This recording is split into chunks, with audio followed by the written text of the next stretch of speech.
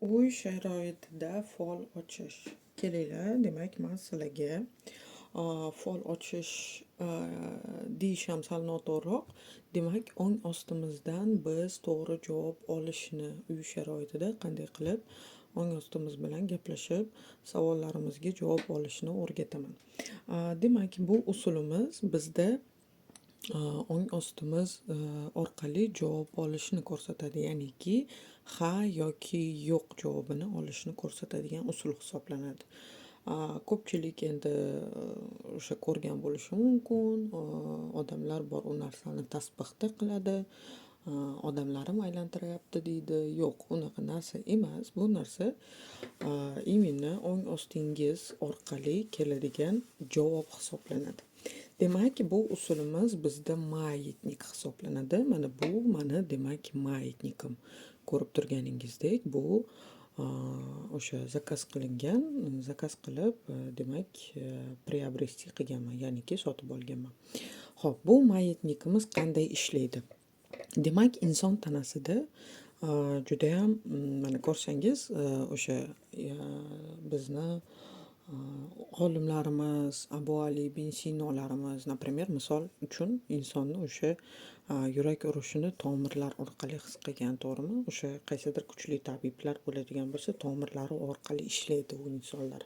Nima uchun? Tomirlarda qon oqish, impuls degan narsa bo'ladi. Mana misol uchun ko'rgan bo'lsangiz kerak, shunaqa apparatlar bor. Inson yolg'on gapiryaptimi, rost gapiryaptimi aniqlaydi. Bitta o'sha qo'lini misol uchun apparatga qo'yadi, barmog'idagi impulslari orqali u inson rost gapiryaptimi, yolg'on gapiryaptimi aniqlaydi.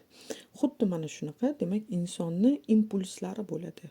Ya'niki, biz hayajonlanganimizda, aytaylik, impulsimiz, yuragimiz tez uradida, demak, impulsimiz tezlashadi, qon aylanishimiz tezlashadi, например. Mana shu narsa hamma butun bir tanangizda bor bu narsa. Ong ostidan javob olishlar juda ham har xil usulda bo'ladi. U usullar bitta videoga joylanishi qiyin. Men sizlarga faqat hozir javob olishni o'rgatishga harakat qilaman. Demak, ong ostimizdan biz faqat ha yoki yo'q javobini ola olamiz. Ya'niki, aytaylik, misol uchun hamma savollarga javob bor, lekin ong ostingiz sizga gapira olmaydi. Mana deb gapira olmaydi. Faqat sizga savolingizga ha yoki yo'q deb javob bera oladi. Shu sababli birinchi o'rinda biz to'g'ri savol berishimiz, ong ostimizga to'g'ri savol berishimiz kerak. To'g'ri savol bergandan keyin hayajonlanmagan holatda bo'lishingiz kerak. Mana misol uchun odamlar bor, mana javob olmoqchi bo'ladi-da, faqat mana misol uchun Aleksandr meni sevadimi? Bo'ldi, faqat ha degan javobni kutadi, miyasida o'sha javobni demak aylantiradi. Yo'q, unaqa qilishingiz kerak emas. Haqiqiy javobni bilishni istasangiz, spokойный holatda, har qanaqa javobga tayyor turgan holatda bo'lishingiz kerak. Keyin mana shu instrument bu ong ostingiz bilan sizni o'rtangizda bog'lovchi vosita.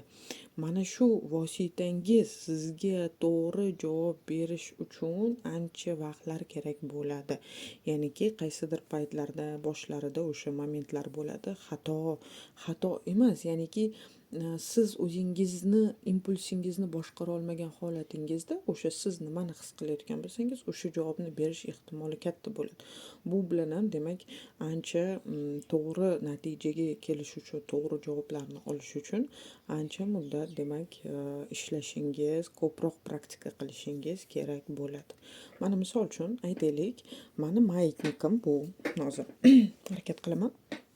Demak, ko'rinishga qay holatda ushlaymiz?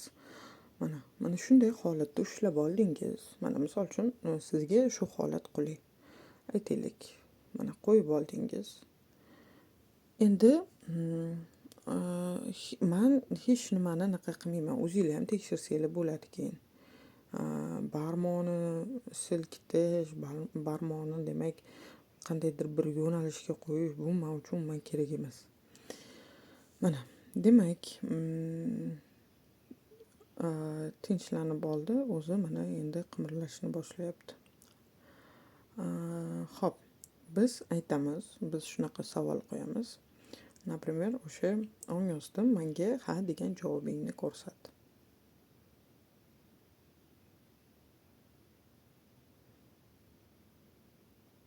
Men barmoqlarimni qimirlatmayman, ahamiyat berayotgan bo'lsangiz. Menga ha degan javobingni ko'rsat, ong ostim.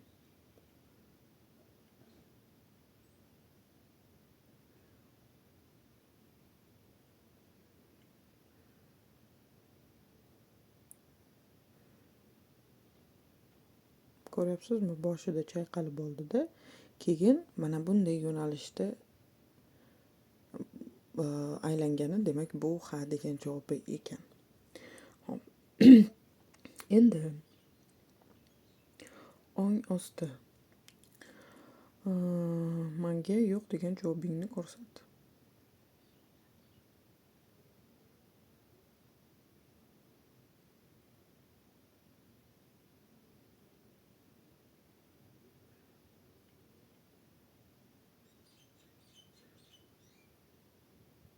Ko'rayotgan bo'lsangiz, demak mana bunday soat bo'ylab yo'q degani bo'larkan. Demak, mana bunday aylangan holati esa, против часовой aylangan esa bu degani ha degan javobni beradi deyapti. Demak, endi tekshirib ko'rishingiz kerak. Ya'niki ha yo'qni bilib oldingiz. Endi misol uchun qaysidir siz javobni bilasiz. Ya'niki 2 qo'shuv 2 javobi to'g'ri bo'ladimi?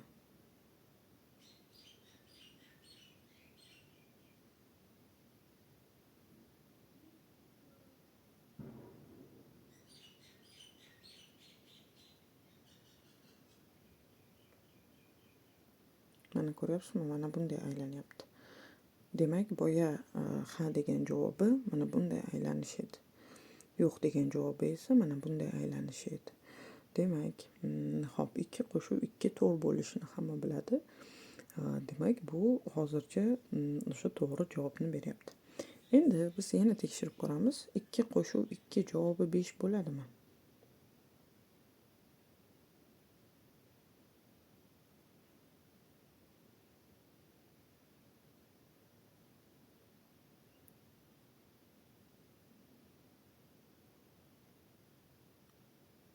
Ikki qo'shuv 2 javobi 5 bo'ladimi?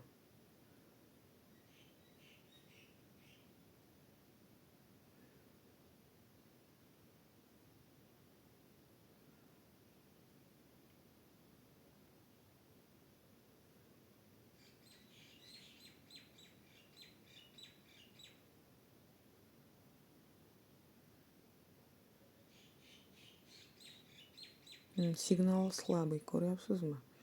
Shunaqa holatlar ham bo'ladi. Mana javob olish qiyin holatlar ham bo'ladi. Ong ostingiz demak tayyormas holatda deymizmi?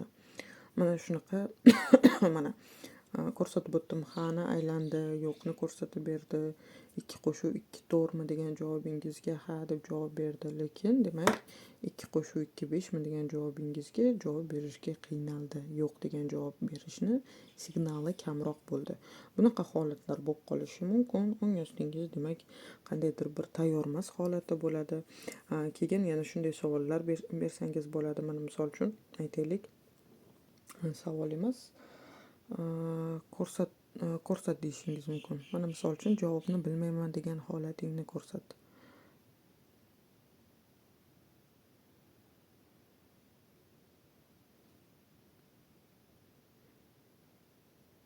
Ko'ryapsizmi? U yoqqa bu yoqqa tebranishi. Demak, unaqa momentlar ham bo'ladi, yo'q emas. Shu sabablaman более spokойный, более sizga hech kim xalaqit qilmagan holatda bu instrument bilan ishlashingiz kerak. Endi mana buni aytaylik, siz bunaqa hali yo'q, maydnikingiz yo'q. Bu mani maydnikim. O'zingizga endi aytaylik, o'zingizni mana misol uchun energiyangiz bor, nima bor? Misol uchun aytaylik, uzugingiz deylik. Demak, uzukni olasiz. Uzukni olgandan so'ng mana misol uchun любой ipga joylaysiz. Любой ipga joylaysizda, keyin Mana shu uzukda ham uzuk sizniki bo'lishi kerak. Ya'niki bunda sizni energiyangiz bor, ong ostingizga tanish bu uzuk, bu energiya demak siz bilan ishlashi osonroq bo'ladi. Xuddi mana shunaqa demak ong osti menga ha degan javobingni ko'rsat deysiz.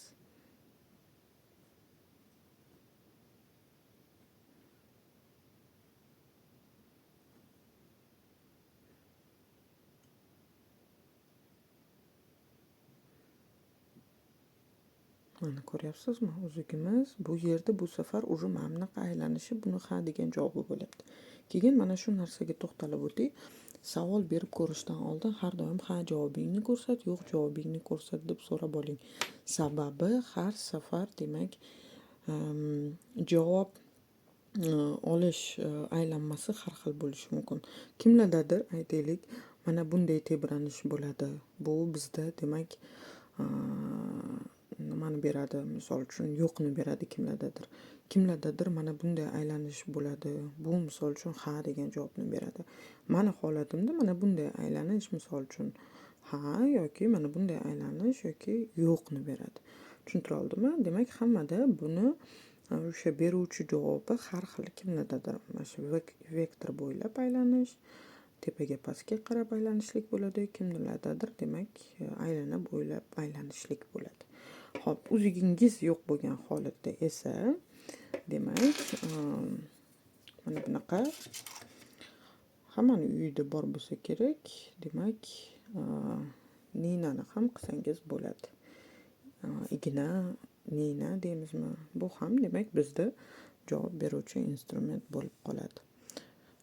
Xullas azizlarim, mana shu bu qisqa bo'lsa-da uy sharoitida ha yoki yo'q javobini olishlik to'g'risida tushuntirish bera oldim deb o'ylayman. Qiyin emas. Ong ostingiz bilan ishlashga harakat qilaversangiz, praktika qilaversangiz, mana misol uchun aytaylik javobini tez ola olasiz. Например, o'zingiz sinab ko'ring.